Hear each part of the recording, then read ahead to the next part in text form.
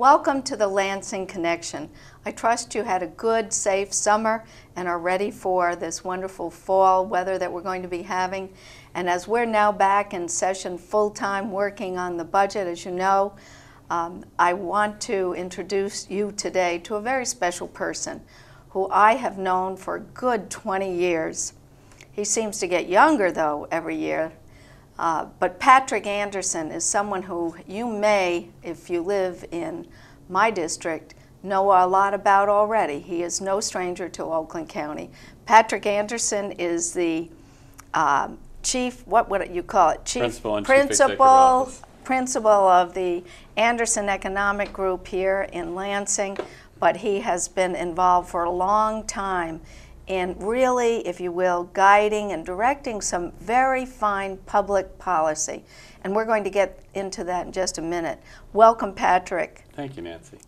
Patrick, give us a little bit about your background and how you got to be where you are now and own your own company, your own consulting economic advisory group.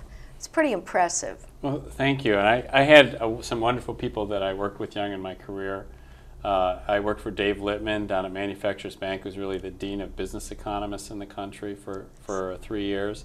And I worked for Dick Headley right there in Farmington Hills until Dick retired. And we had a chance when I worked for Dave Littman and Dick Headley to get involved with actual business activity, investments, jobs, businesses that grew, businesses that didn't, and also participate in a lot of the debates about taxes, business climate, Headley Amendment, things like that, that allowed me to have quite a grounding in not only what makes business grow and what makes business shrink here in Michigan, but also the policies, particularly tax and regulatory policies, and how they affect employers, employees, and whether or not the state's succeeding. And over time, that information and expertise that you have had have really been tapped by members of the legislature from time to time. I know I have. What are some of the services that the Anderson Economic Group can provide? We do 3 sets of services. We perform 3 sets of services here in our office in Michigan and now in Chicago. First is we do public policy analyses of the type that people see us in the newspaper to talk about. Studies on business climate, comparing Michigan taxes with others, looking at specific proposals here, or actually drafting legislation that's sometimes adopted. For example, we drafted the repeal of the SBT law for Brooks-Patterson. We drafted or designed about 11 different public acts about 3 or 4 years ago, dealing with tax reversion and getting property that was reverted to the state back in the hands of private owners faster.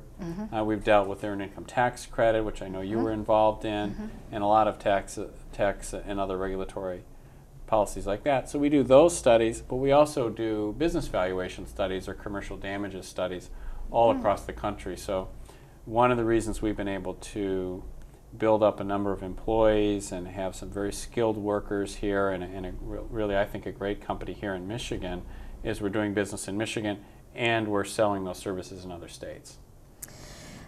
As I have come to utilize some of your services, and you've been really a source of expertise to me and to our finance committee recently as we were looking at some of the difficulties, the problems with the Michigan business tax and where do we go from now here on out. Your expertise in tax policy really is something that we'd like to talk a little bit about. Recently, you were asked to analyze and compile those results on the topic of Michigan tax incentives or Michigan tax expenditures. How did this come about? And if you could share with us a little bit of those findings, they really play into what the Senate Finance Committee in particular have been looking at, and the whole discussion about, if you will, the effectiveness of our economic development program, the credits that we are giving out there, and whether or not they are really providing measurable sources of results. And we can talk a little bit about that. But first, share with me how you came to become involved with actually analyzing, researching Michigan incentives. And did you have an easy time of it or not? It was not an easy project, and it is interesting how we got started in it, in that there has not been a thorough study of our tax incentives for businesses for, as far as I can tell, 20 years. We looked around and around and we could find nothing. I think someone at Public Sector Consultants did something 20 years ago. That was the most recent thing we could find. We were commissioned to do this study by the Michigan Education Association, and we went in and we systematically looked at all the evidence we could find about tax incentives. One of the first findings was no one had a list of what these were, what their authorizing statutes were, what their purposes were. We had to assemble the list ourselves. And of course there's a list. If you go to the MEDC website, there's a list, and there's some other people that say, oh, I have another list of these. We came up with over 35 different incentive programs. Some of them had a specific purpose in statute, some of them didn't. Some of them had a dollar number that could be associated with it, some of them didn't. And none of them had a really thorough assessment of the effectiveness of the program in terms of producing jobs, if that in fact was the intention. Were you surprised? I guess 20 years ago when you first met me, when I was 16, by the way, I would have been surprised. But I was not surprised because, as you know, in your service as the chair of the Finance Committee, you've dealt with a lot of tax laws, and businesses come in and say, quite truthfully, that how much they pay in taxes affects how many people they can employ here and whether they'll invest in Michigan versus another state. And one of the arguments about this and the tax climate has always been, well, we'll give you an incentive, or if you really bring jobs here, we'll give you an incentive.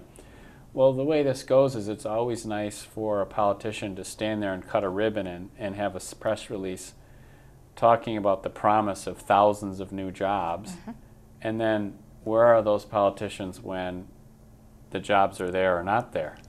There's no ribbon to cut there when you find out that they spent the money and didn't create the jobs, or that even sometimes they couldn't even accept the credits because they didn't grow. And there's not a lot of accountability baked into a number of these programs, and it starts with the fact that we don't really know where they all were, and until we did this particular study here earlier this year, there was no good list of business tax incentives available anywhere. And as you tried to go through, where were your sources of inquiry? Where did you go? Who did you tap for information? Well, our own staff is pretty good, and we had two of our economists, Caroline Selee and Alex Rosane, who both have been over to your committee and have studied taxes and tax incentives and tax credits in multiple states. So we had a lot of knowledge on our own group, and we also talked to some business folks. And of course, we went to the MEDC and we went to think tanks like the Mackinac Center and just started to try to compile the list. And then we did our own research through the Michigan statutes to find these and try to identify a purpose. Some of them is very clear. Some statute, here it is, the purpose is to create jobs or to incentivize us to have manufacturing or to abate brownfields or things like that. And sometimes it's no one's quite sure, and someone has a memory of what somebody said when they passed the law, and it's really a grab bag. And when you're talking about 30+ programs, we have to come up with a list of 30+ programs.